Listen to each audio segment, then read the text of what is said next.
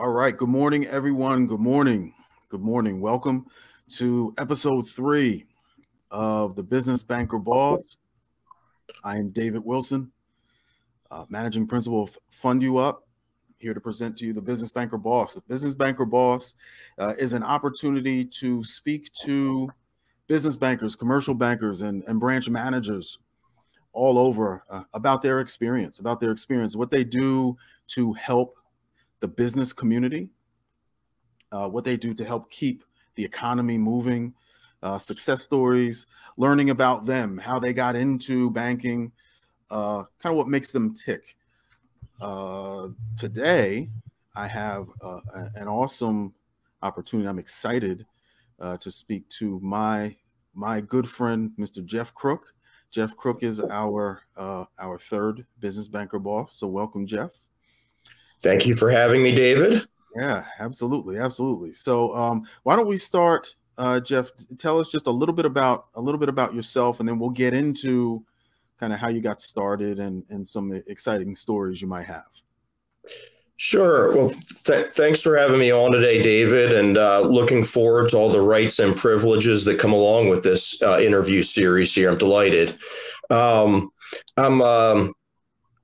native New Jerseyan, I believe, like yourself, David, who ended up down in Central Virginia, and have a family here, kind of in the near West End area. Wife, couple kids, trying to figure out everything with the quarantine and schools and all that fun. Proud to be a commercial banker here at Village Bank, in a branch not too far from my house, and having fun. Awesome. Now, for those out there watching and those who know me, I just want to be clear. Jeff was the one who mentioned he was from Jersey, not me. So I just want to make that clear. Yes, I am from Jersey, but I was the second guy on here to say it, not the first. We were both smart enough to get out of there, Dave. Well, I don't know. I represent Jersey. That's just where I'm from. So, but we are both here. So that's very cool. Good. All right. So you mentioned Village Bank. Tell us about how you got there. Tell us your story. Sure. I've been a commercial banker for a little less than 3 years now. I've spent most of my career actually operating regional, local payroll services bureau. We were called Xperity, and we had about 700 clients locally. We happened to have a marketing partnership with Village Bank. So until September of 2017, when the company was sold, you would have seen co-branded payroll material in the Village Bank branches, and that was our payroll service. So I knew a lot of them, the folks here, that way. And I was a partner at this firm in 2017. Like I said, we decided that it was kind of time to sell that payroll service. We sold it to a national competitor of ours that required me to sign a no compete. So I had to look at a different industry to be in. And banking made a lot of sense to me because it would allow me to maintain a lot of my centers of influence and, work with the existing clients that I had and do something different with them without violating my no compete. In addition, I knew and liked a lot of the people at Village Bank already, and admired the leadership of the bank, and thought to myself, there's some things that I'll have to learn about being a banker, but I do know that I really like the people over there, so this might be a really good fit for me as a way to maintain those client relationships, and really kind of learn something new and apply a lot of the skills that I already had. Okay, awesome. So you owned and ran and exited a successful business in the area in which you're practicing as a banker, as a business banker specifically. That sounds like that would give you like an incredible edge over a lot of other bankers. What do you think about that? Yeah, I mean, that's a great question, and I think that it has been an advantage for me. When I go to prospect meetings or spend time, like with potential clients, I usually like to bring that out and say I have spent most of my time, my career on their side of the table, the banker, rather than my side.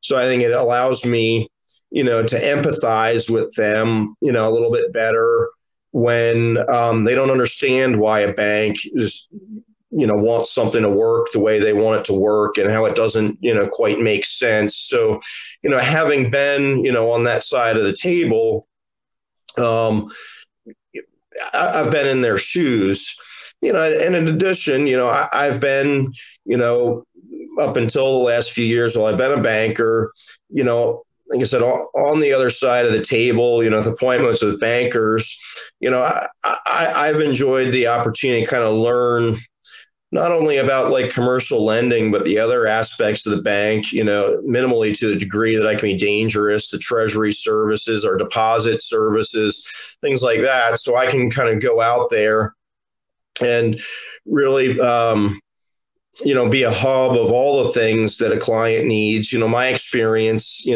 prior to doing this was that the knowledge at banks is very siloed.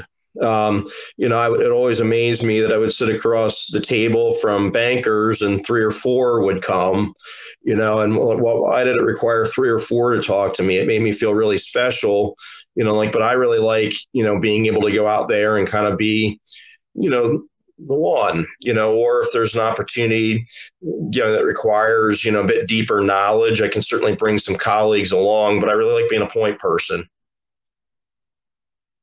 Okay, absolutely, absolutely. How do you get that same feeling, or do you hear that from your prospects? So when you do they feel at ease knowing that? So when they hear about your experience, do they feel at ease? Tell me a little bit about that. I think they do.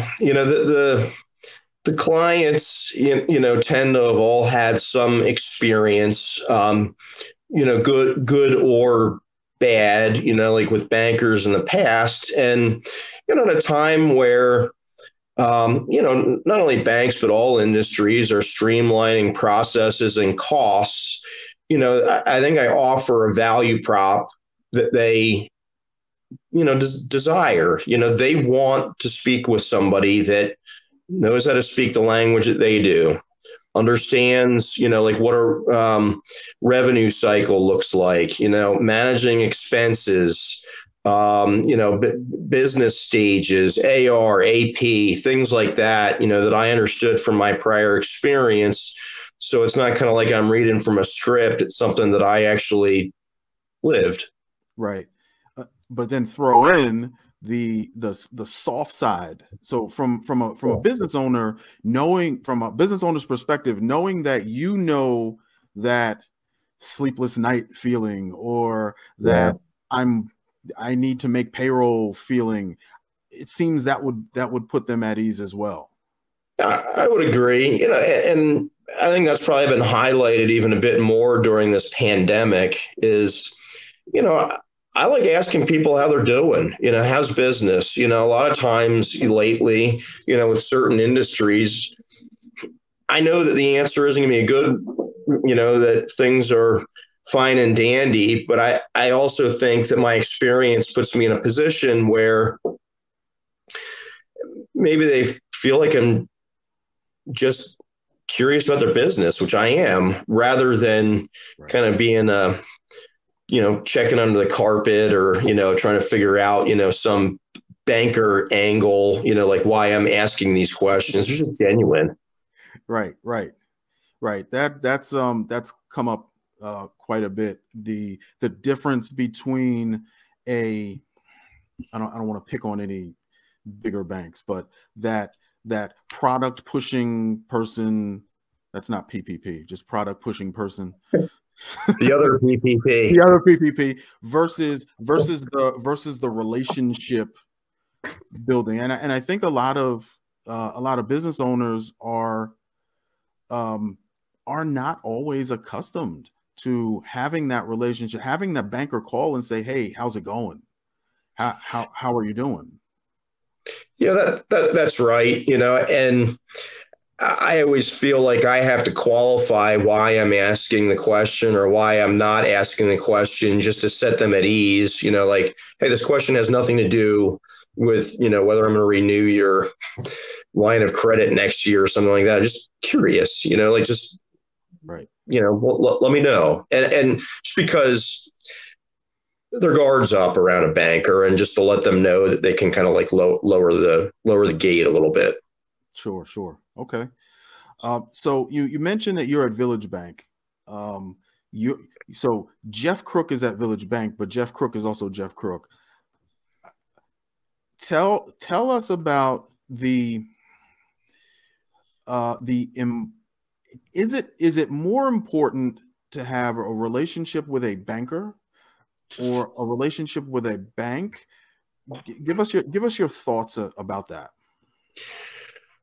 Well, I think that's a good question. I mean, I think it's probably both. I don't know if that's the answer you're looking for, but it's probably both. And in candor, I'm just learning what it's like to be a banker during a down economic cycle. So I think it's important to have a relationship with a banker like me that cares, for the reasons that we were describing before. I also think that it's important to work with a bank that, is interested and wants to help work things out, during a down cycle also. Like, well, I would like to answer your question and say it's just about me, or somebody like me.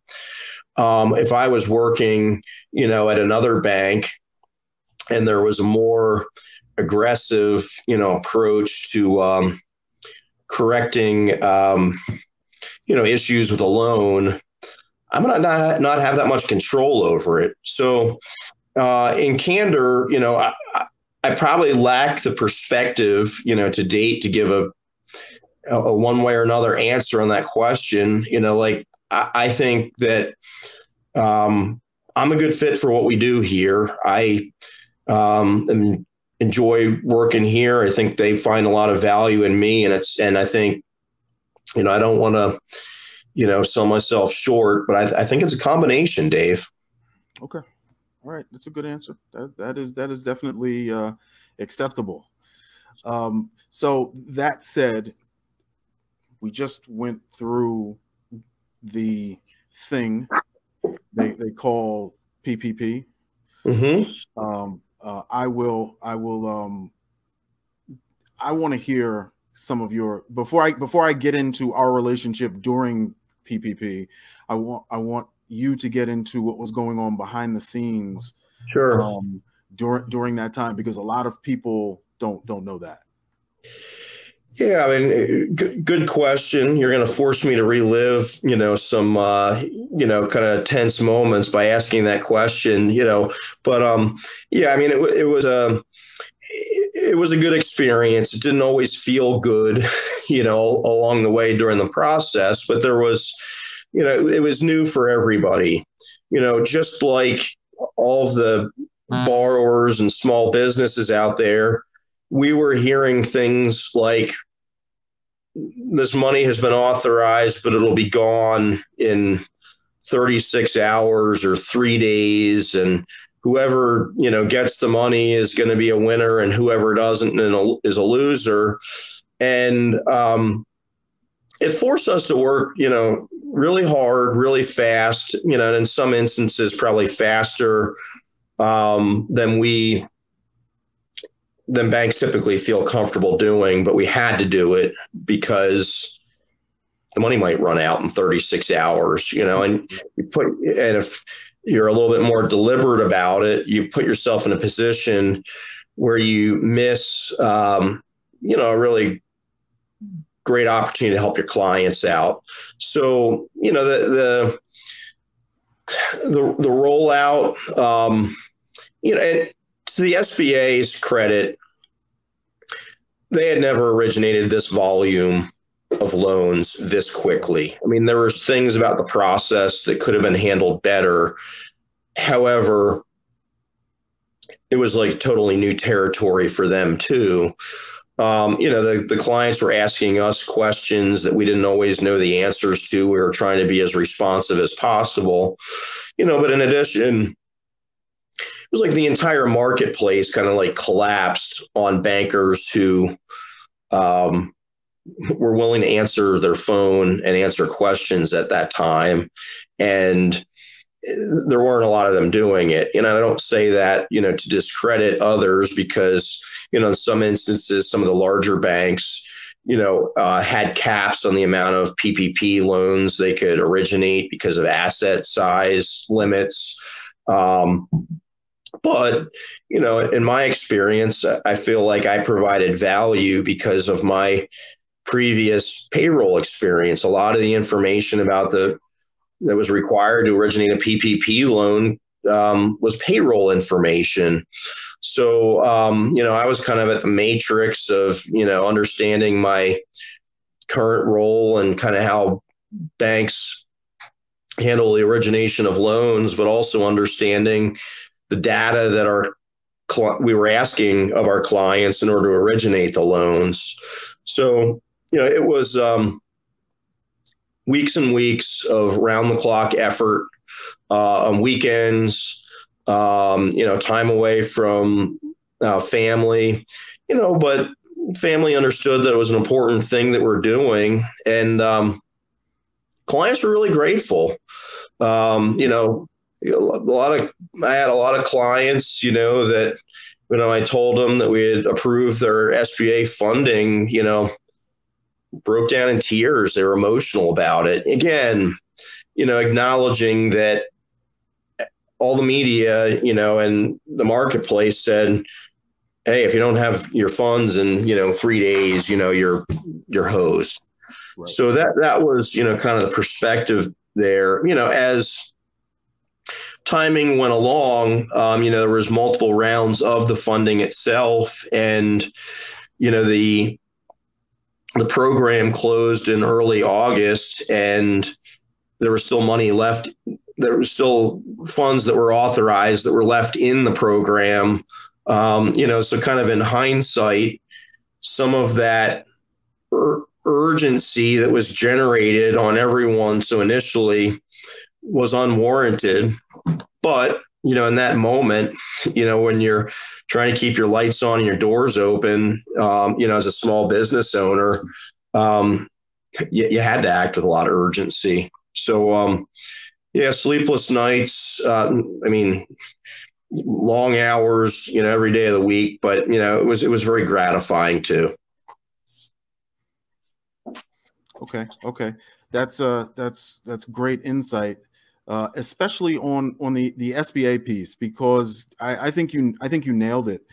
The foundation of the entire program was flawed. So everything that stemmed from that, and that's no one's fault. It's just that the SBA, the volume they had been used to, this was unprecedented for them, and now everyone else is supposed to plug into that tiny little itty bitty funnel to make this work for all the business owners. I like to get those stories out to let not just the business community know, but also the world to know that we were all working within a system that within an ever-changing system, kind of without a net most of the time to get this done for as many businesses as possible.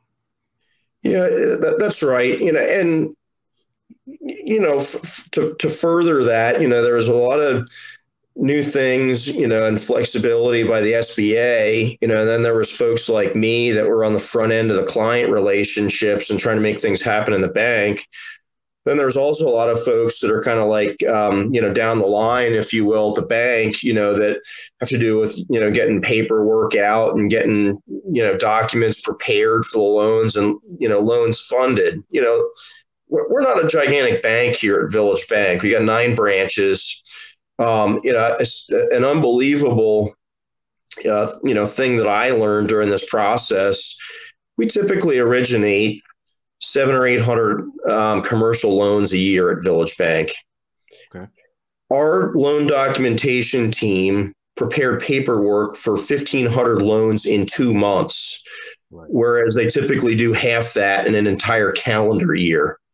So, the workload, those, and we really had two ladies, here, Kendall and Nicole doing all of those, just around the clock.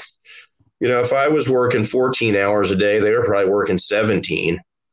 But just, really an amazing all hands on deck effort. That's awesome. Good story. Good story. Kind of tying back into your business experience and tying back into this PPP experience, and then overall as a banker, you come from business. We met in the same networking organization, BNI. How will those relationships that you built 15 years ago, how do they help you today? How do they help your clients today? Well, a couple things. One, having a deep bench of contacts and business owner COIs, that I've known for a long time, puts me in a position where I'm able to easily refer trusted professionals for different trades, folks that I've worked with for that many years. When somebody needs help on something, I know folks that can help them in an array of industries. On kind of the me side, if you will, I think the value proposition that I bring is that I've only had 3 employers in my career. I'm not I've still got a lot of runway left with me in my career, but I've been, a professional for 20 years now. And at a time where there's a lot of job hopping and people going from new business card to new business card, I think that a lot of my contacts know that Jeff's somebody that's going to kind of be there. He's not somebody that if I refer, in 6 months, he's going to turn around and have a different business card. And I referred, one of my clients somewhere that the reason that I did that is not there anymore. Right. And I think that's important. I think when I switched from payroll to banking to begin with, probably some of my old clients were a little hesitant to kind of like jump straight into it. Some of them thought, gosh, this guy's last name is Crook and I trusted him with my payroll, so I might as well trust him with my banking now. But others were probably thinking, we'll just see if Jeff likes this. Is this something that works for him? Like before I kind of go back, to working with him on something new, and now, going on 3 years later, I've had some of those folks say, all right, like obviously he's doing some good things, and, I see some of his LinkedIn activity. He seems to be still having fun where he's at. And, yeah. I mean, I think success is a function of seat time. I think folks that hop from job to job, for a few more bucks, I question, in the long run, if they'll end up in a better spot or not. Certainly some folks do, but I don't operate that way. Sure. Okay. Awesome. Well, that's a honest way to put that. So in your 3 years, you must have experienced some pretty awesome successes. Why don't you share with us one of those awesome business success stories that kind of make you feel good about what you do? Sure. I mean, I don't want to regurgitate, the conversation that we just had about PPP. I mean, if there had to be one, it would have been that. Um, I probably gain about 90 or 100 new relationships for the bank in a 2-month period. In a normal time, if I generate 2 or 3 new relationships a month, I've had a great month. People don't wake up in the morning and decide to switch their business banking on a whim. So when you can gain 90 or 100 new relationships in that quick of a time, not that I would wish the pandemic, to happen, on any time again, but we'll probably never have a leverage point to get new clients like we had, back this spring, maybe during the duration of my career. Regarding, other success stories, I mean, like a lot of bankers seem to have specialty, types of lending that they do. And maybe my career will evolve that way.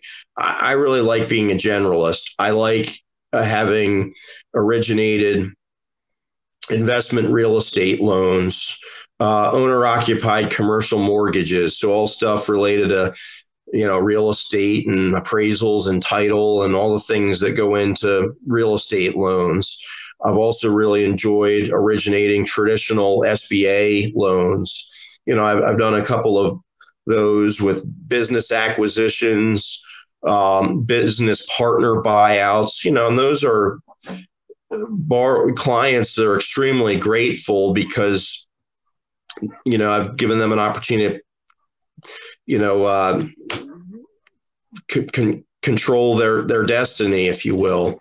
Other commercial lines of credit, and equipment loans and auto loan, commercial auto loans. I enjoy doing a little bit of everything here.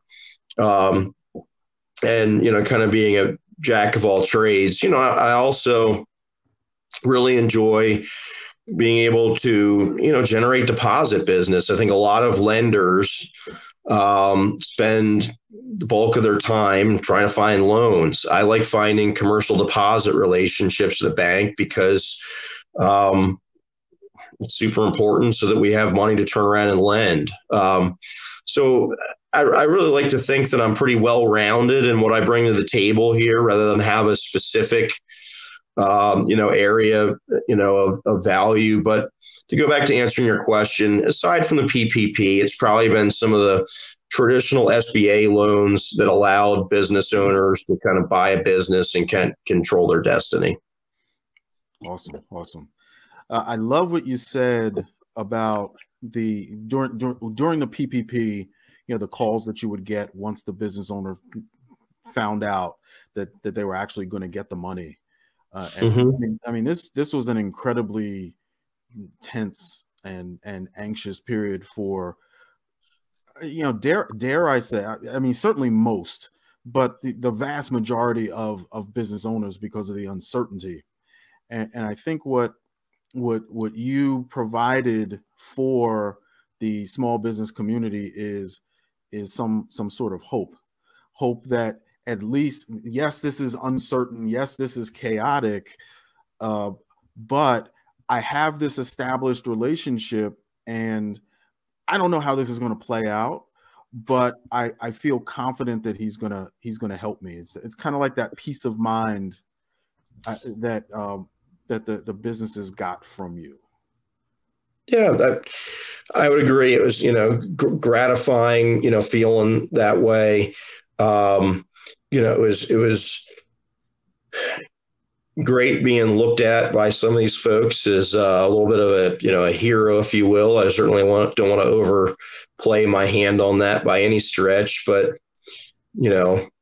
maybe traditionally, people look at the banker coming over and it's like, oh, it's the banker, and like maybe now it's a little bit, it's like, oh, it's that guy that like helped us keep the lights on back in the spring of 2020. And, I think a lot of people, will remember that, and you'd hope that, down the line, there'd be some leeway that was gained or, some memory of that. So Next time, there's a line of credit renewal, we're not at loggerheads over 10 basis points or something like that, because I think that what you'd like to have done during a period like that is prove to the clients that you're there during the bad times. And, it's easy to be a banker during the good times. Right. Everybody's friend's their banker then, but when you prove that you're there for them in the bad times, you'd like to think, that could establish some pretty long-standing relationships with some of those customers. Well put. Well, on that note, I want to make sure that I formally, in front of the entire world, congratulate you on being a business banker boss. We love what you do for the business community. We appreciate what you do, and it's been a pleasure speaking with you this morning and getting your story out.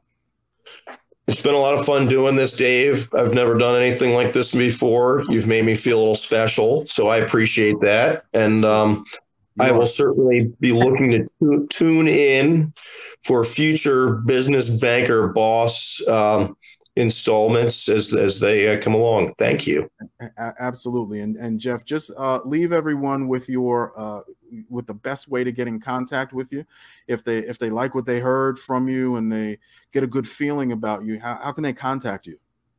Sure. My email address is jcrook, JCROOK at villagebank.com, JCROOK at villagebank.com. And my phone number here is 804-399-5682. I work principally out of a branch nearby Douglas Freeman High School and near West End, but have car, will travel. Thank you. Okay. That phone number again, Jeff. 804-399-5682. 5682. Okay. Yes, sir. Jeff's contact information is in the chat, everyone. I want to thank Jeff Crook again for joining us on this episode of Business Banker Boss. I want to thank everyone who tuned in.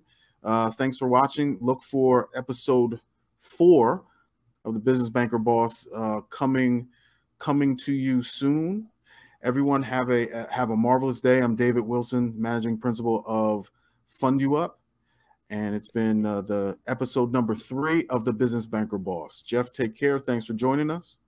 You're the man, Dave. Thank you. You got it. We'll talk to you soon. See you, man.